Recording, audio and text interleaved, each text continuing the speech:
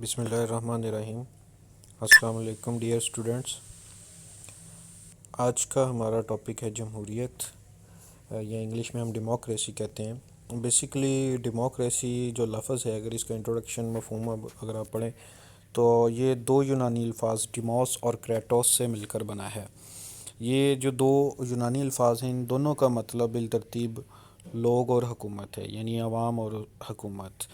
تو اس سے اگر ہم ان نٹ شیل ہم کہیں تو ہم کہہ سکتے ہیں کہ ایک عوام کی حکومت جو ہوتی ہے اس کو ہم جمہوریت کہتے ہیں۔ عربی زبان کا لفظ ہے جمہوریت، جو کہ جمہور سے نکلا ہے۔ جمہور کے مطلب بھی عوام ہی ہے، یعنی عوام کی حکومت ہی کہا جائے گا۔ تو گویا ایسا طرز حکومت جس میں عوام کی حکومت ہو اس کو ہم جمہوریت کہیں گے۔ اب یہاں پر سوال پیدا ہوتا ہے کہ عوام کی حکومت کس طرح سے ہو؟ تو عوام کی حکومت کے دو طریقے ہو سکتے ہیں۔ عوام کی بذات خود حکومت ہو ڈائریکٹ طریقے سے، یا پھر عوام اپنے منتخب نمائندوں کے ذریعے سے حکومت کر رہے ہوں۔ یہ دو فارمز ہیں جمہوریت کی، نیکسٹ ہم نے پڑھنی ہے۔ تو یہ ماضی میں یونان کے اندر آج سے تقریباً کوئی 2500 سال پہلے یہ نظام حکومت ایک پاپولر نظام حکومت تھا۔ ایتھنز کی ریاست میں، یونان میں 158 شہری ریاستیں تھیں، ان میں ایتھنز اور کچھ دیگر ریاستوں کے اندر یہ نظام حکومت ملتا تھا، لیکن یہ وہاں پر ڈائریکٹ فارم میں تھا، یعنی لوگ ایک جگہ پر اکٹھے ہو کر اپنے فیصلے کرتے تھے، اپنے لیے قوانین بناتے تھے، اپنے مجسٹریٹس کا چناؤ کرتے تھے۔ تو وہاں کے شہری جو آزاد شہری ہوتے تھے، غلاموں کو کوئی حق نہیں تھا، عورتوں کو کوئی حق نہیں تھا۔ تو اس حوالے سے جمہوریت، لیکن بہت سارے یونان کی 158 ریاستوں میں سے بہت ساری ریاستیں ایسی تھیں جہاں پر آمریت تھی، ٹائرنٹس تھے، ٹھیک ہے۔ 40 کم سے کم ریاستیں ایسی تھیں، 40 ٹائرنٹس مشہور ہیں یونان کے بارے میں۔ اس کے علاوہ بہت ساری ریاستوں کے اندر ایرسٹوکریسی تھی، شرافیہ تھی، چند لوگوں کی، معززین کی حکومت ہوتی تھی، یا چند دولت مند افراد کی حکومت ہوتی تھی، کہیں پر جرنیلوں کی حکومت ہوتی تھی۔ تو یہ مختلف فارمز ہمیں اس یونان کے اندر دیکھنے میں ملی، اور جو یونانی مفکرین ہیں، جس میں افلاطون ہو گیا، ارسطو ہو گیا، وہ جمہوریت کو کوئی خاصا، حالانکہ ان کا تعلق بھی وہیں سے تھا، ایتھنز میں زیادہ زندگی گزاری انہوں نے، لیکن وہ جمہوریت کو کوئی اتنا اچھا نظام حکومت خیال نہیں کرتے تھے۔ اس کی بجائے جو محدود بادشاہت تھی، یعنی جو آئینی بادشاہت تھی، اس کو وہ زیادہ پسند کرتے تھے، اس کی خامیوں کی بنا پر، وہ ہم نے نیکسٹ پڑھنی بھی ہیں۔ تو جمہوریت کی تعریف جو مفکرین نے کی ہے مختلف، اس میں ارسطو کی بات سب سے پہلے کر لیں تو مشہور یونانی مفکر ارسطو کہتا ہے کہ جمہوریت کو حکومت کی گمراہ شکل قرار دیتا ہے۔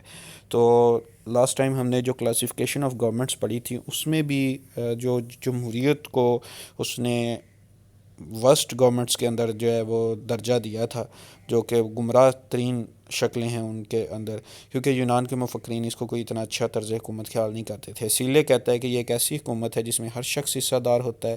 اسی طرح گیٹل کی تعریف یہ ہے کہ جس میں آبادی کا کثیر حصہ اقتدار اعلیٰ کے اختیارات کے استعمال میں حصہ دار بننے کا حق رکھتا ہے۔ ساری آبادی نہیں، بلکہ آبادی کا کثیر حصہ۔ ہم دیکھتے ہیں الیکشنز ہوتے ہیں تو اگر 4 کروڑ ووٹرز ہے تو کوئی 2-2.5 کروڑ ووٹرز کا ایک پارٹی کو ووٹ ہوتا ہے، باقی کا ووٹ سپلٹ ہوا ہوتا ہے۔ تو وہ جو زیادہ پارٹی نشستیں لے لیتی ہے ووٹنگ کی بنیاد پر، وہ عام طور پر حکومت بناتی ہے۔ تو اس اقتدار اعلیٰ میں یا حکومت کے اندر اختیارات کے استعمال کے حوالے سے حصہ پھر آبادی کی اکثریت کا ہوتا ہے، نہ کہ ساری آبادی کا۔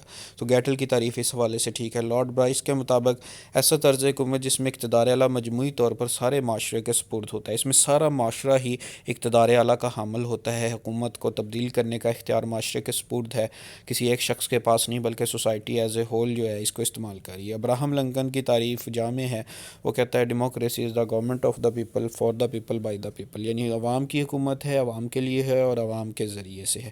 ایسی حکومت جو عوام پر مبنی ہو، یعنی عوام کا اس میں سے ہو، اور عوام کے لیے ہی بنائی جائے اور عوام کے ذریعے یعنی انتخابات کے ذریعے سے تشکیل دی جائے، اس کو جمہوریت کہتا ہے۔ تو ان تعریفوں کا اگر ہم تجزیہ کریں تو پتہ چلتا ہے کہ بیسیکلی یہ ایک ایسا نظام حکومت ہے جس میں عوام کی اکثریت کو غلبہ حاصل ہوتا ہے۔ عوام کی اکثریت جس پارٹی کو، جس شخص کو اقتدار میں لانا چاہے اس کو لے آتی ہے، ٹھیک ہے۔ اور یہ حکومت تمام افراد کے، لیکن وہ جب حکومت بن جاتی ہے پھر وہ عوام کی اکثریت کی بھلائی کے لیے کام نہیں کرے گی، وہ تمام عوام کی بھلائی کے لیے۔ اس میں اگر کسی نے اس کو ووٹ دیا ہے یا نہیں دیا، پھر جمہوریت میں یہ نہیں ہے کہ صرف جنہوں نے ووٹ دیا ہے انہی کی بہتری کے لیے کام کرنا ہے، نہیں، بلکہ وہ اوورآل پورے معاشرے، پورے سوسائٹی، پوری عوام کی بھلائی کے لیے اقدامات اٹھائے گی، پالیسی کا نفاذ کرے گی۔ تو ان شارٹ ہم کہہ سکتے ہیں کہ یہ ایسا طرز حکومت ہے جس میں عوام ڈائریکٹلی اور انڈائریکٹلی اپنے مسائل خود حل کرتے ہیں اور ہر ایک کو قانونی مساوات حاصل ہوتی ہے۔ نیکسٹ، جمہوریت کی اقسام ہیں، بیسیکلی دو اقسام ہیں، ڈائریکٹ ڈیموکریسی اور انڈائریکٹ ڈیموکریسی، یعنی بلا واسطہ، بغیر کسی واسطے کے، اور بال واسطہ۔ یہ جو بلا واسطہ یا ڈائریکٹ ڈیموکریسی ہے، یہ یونان کے اندر اور قدیم روما کی ریاست جو تھی، شہری ریاستیں جو تھیں، ان کے اندر موجود تھی۔ چھوٹی ریاستیں تھیں، آبادی کم تھی، رقبہ کم تھا، تو وہ لوگ ایک جگہ پر اکٹھے ہو کر جو آزاد شہری ہوتے تھے، آبادی میں بھی سب لوگوں کو نہیں ملا ہوتا تھا ووٹنگ رائٹ۔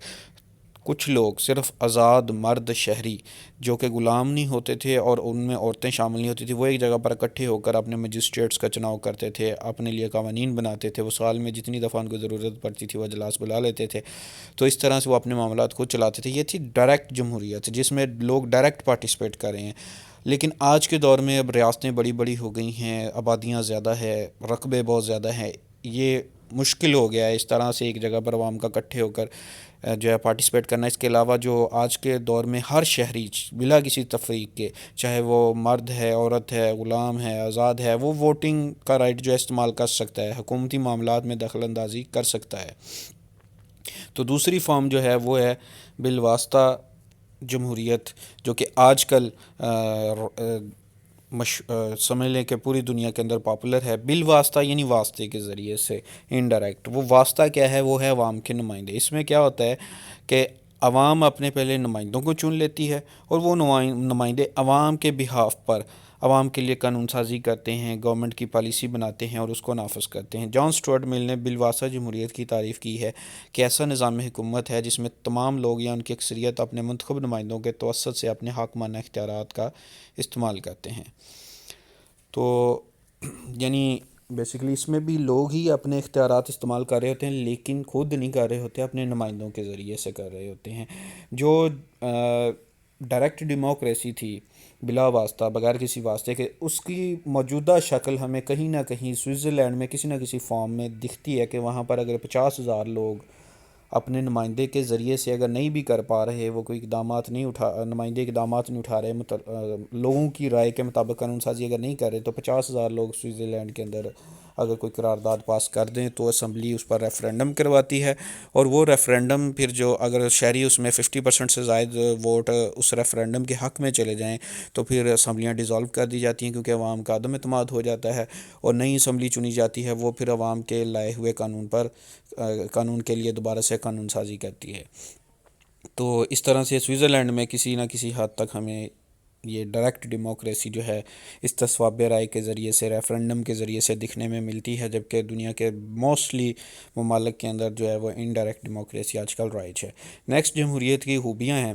اس میں سب سے پہلی ہے فلاح عامہ، عام لوگوں کی فلاح۔ جو حکومت، جب عوام اپنے میں سے ہی حکومت چنتے ہیں خود کے لیے، تو عوام کو پتہ ہوتا ہے ہمارے مسائل کیا ہیں۔ لیکن اگر کوئی بادشاہ عوام پر قابض ہے، کوئی آمر آ گیا ہے باہر سے اٹھ کر، اس کو پتہ ہی نہیں ہوتا عوامی مسائل کیا ہیں۔ فوجی جرنیل اکثر جو ہے وہ یہ کرتے ہیں کہ مارشل لا لگا دیتے ہیں، تو ان کو نہیں پتہ ہوتا، کیونکہ وہ ایک تو عوام میں رہ نہیں رہے ہوتے، ان کی علیحدہ چھاؤنیاں بنی ہوتی ہیں، علیحدہ سے زندگی ہوتی ہے، طرز زندگی ڈیفرنٹ ہوتا ہے ٹوٹلی، تو وہ سویلینز کے اندر خود کو ایڈجسٹ نہیں کر پاتے، جس کی وجہ سے فلاح عامہ بھی اتنی زیادہ نہیں ہو پاتی۔ جبکہ ایک جو جمہوری عمل ہے جس میں عوام اپنی حکومت اپنے نمائندے چنتے ہیں، تو عوام کو بھی پتہ ہوتا ہے جو ہم نے نمائندہ چنا ہے وہ ہماری ویلفیئر کے لیے کام کرے گا، اور نمائندے کو بھی پتہ ہوتا ہے کہ اگر میں نے ان کی لوگوں کی، اپنے حلقے کی ویلفیئر کے لیے، فلاح عامہ کے لیے کام نہ کیا، تو مجھے 5 سال بعد ووٹ کسی نے نہیں دینے۔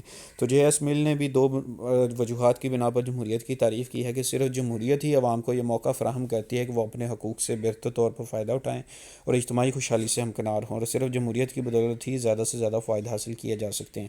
دوسری اس کی خصوصیت یا خوبی یہ ہے کہ یہ عوام کی حکومت ہوتی ہے، اس میں حکومت بنانے کا اختیار عوام کے پاس ہوتا ہے، عوام اپنے نمائندے چن لیتی ہے، وہ نمائندے پھر عوامی منشا کے مطابق کاروبار حکومت چلاتے ہیں، اور اگر عوام سمجھے کہ عوامی جو ان کے نمائندے ہیں وہ لوگوں کی بھلائی کے لیے کام نہیں کر رہے، وہ سیلف انٹرسٹ کے لیے ہیں، کرپٹ ہیں، تو لوگ نیکسٹ الیکشن کے اندر ان کو تبدیل بھی کر سکتے ہیں۔ بلکہ کچھ ریاستوں کے اندر تو یہاں تک ہے، جیسے سوئٹزرلینڈ میں ریکال کا آپشن بھی ہے، کہ وہ اپنے نمائندے کے خلاف وہ قرارداد پیش کر کے، ایک خاص تعداد ہے کہ اس تعداد سے زیادہ لوگ اگر قرارداد پیش کر دیں تو اس نمائندے کو ریکال کر لیا جاتا ہے، پارلیمنٹ سے واپس بلا لیا جاتا ہے، اس کی جگہ پر نیا الیکشن کروایا جاتا ہے۔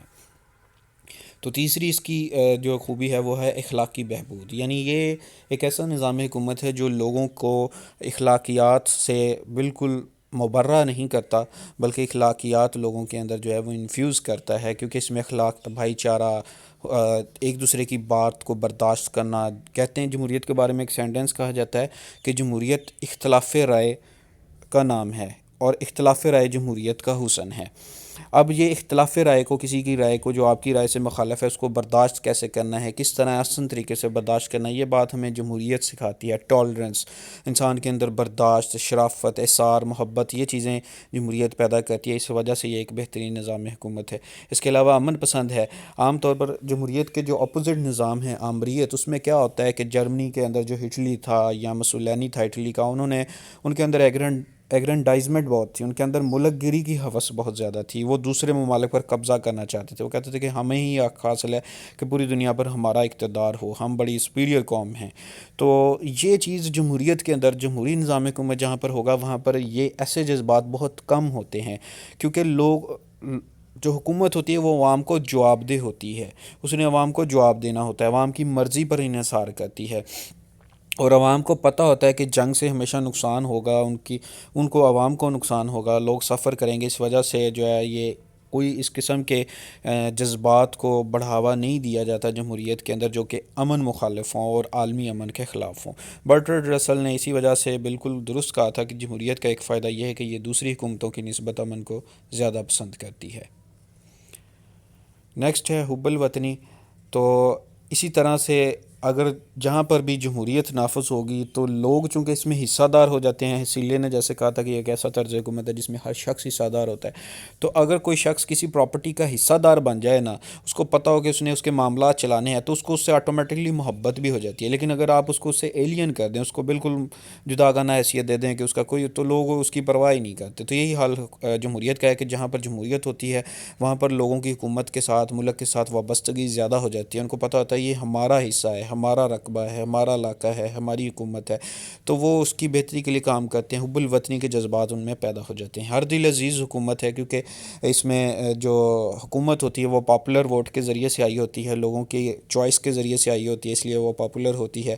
اس کے علاوہ جو قوانین بنائے جاتے ہیں وہ عوام کی خواہشات کے مطابق بنائے جاتے ہیں. اس وجہ سے یہ ایک ہر دل عزیز حکومت قرار دی جاتی ہے. انسان دوستی پر مبنی ہے، کیونکہ اس میں انسانوں کے جو بنیادی حقوق ہیں ان کا بہت خیال رکھا جاتا ہے کہ انسانوں کے بنیادی حقوق ان کو دیے جائیں. اگر جمہوری نظام، ہم اس نظام کو جمہوری کہہ ہی نہیں سکتے جس میں انسانوں کو بنیادی حقوق عوام کو نہ دیے جائیں. تو یہ آمریت میں بنیادی طور پر جو بنیادی حقوق ہوتے ہیں ان کو سلب کر لیا جاتا ہے، جبکہ جمہوریت میں بنیادی حقوق لازمی دیے جاتے ہیں. اور یہی وجہ ہے کہ یہ ایک انسان دوستی پر مبنی طرز حکومت ہے. مساوات کی بات کی جائے تو یہ جمہوریت کا بنیادی ستون ہے. آپ ووٹ ہی جو طرز حکومت کا جو چناؤ ہوتا ہے جمہوریت کے اندر، وہ بھی ووٹنگ کی بنیاد پر، اس میں کوئی تخصیص نہیں ہوتی. کوئی پڑھا لکھا ہے، ان پڑھ ہے، کوئی ٹیکس دیتا ہے، نہیں دیتا، بوڑھا ہے، جوان ہے، امیر ہے، غریب ہے، سب لوگ ایک ہی ووٹ کاسٹ کرتے ہیں ایک امیدوار کے لیے، ٹھیک ہے، ایک سیٹ کے لیے. تو اسی طرح ہر شخص کو اجازت ہے کہ وہ اگر جو بھی شرائط ہیں ان کے اوپر پورا اترتا ہے، جس میں ایج لیمٹ ہوتی ہے، ٹھیک ہے، ہوش و حواس قائم ہونا اس قسم کی، اور پاکستانی ہونا، وہ الیکشن بھی لڑ سکتا ہے، کسی سیاسی جماعت کا ممبر بھی بن سکتا ہے. تو یہ مساوات جو ہے، برابری کے مواقع فراہم کر دینا ہر شخص کو، یہ جمہوریت کا ایک حسن ہے جس نے تفریقات ختم کر دیں، جس نے انسانی معاشرے میں سے جو ہے اونچ نیچ کا خاتمہ کر دیا. تو یہ ایک کارڈینل پرنسپل ہے. اس کا انقلابات سے تحفظ ہے. آمریت میں یا بادشاہت میں عام طور پر کیا ہوتا ہے کہ بادشاہ یا آمر جو ہے اس نے مرنا ہے تو جان چھوٹنی ہے اور نیا کوئی حکمران آنا ہے، یا اس کے خلاف بغاوت ہونی ہے تو خون کے ذریعے سے خونی انقلاب لایا جائے گا اور لیکن جمہوریت میں اگر گورنمنٹ کو پسند نہیں بھی کر رہے، سپوز آج کی اگر بات کر لیں کہ اگر موجودہ حکومت جو ہے اگر عوام اس کو نہیں پسند کر رہی، وہ عوام کی توقعات کے اوپر نہیں پورا اتر رہی، تو 2-2.5 سال رہ گئے ہیں، اس کے بعد الیکشن ہو کے لوگ ووٹ کے ذریعے سے تبدیل کر دیں گے. اس میں ایسا نہیں ہے کہ جی مرے گا تو جان چھوٹے گی حکمران، یا حکمران کے خلاف انقلاب لانے کی ضرورت ہے. تو لوگ ایک خاص مدت تک اس کو برداشت کرنے کے بعد اس میں آپشن ہوتی ہے کہ وہ اس کو ایون ان ہاؤس چینج کی بھی آپشن ہوتی ہے کہ اگر اپوزیشن کی پارٹیز اور اس کے وہ چاہیں تو ہاؤس کے اندر بھی تبدیلی لا سکتے ہیں.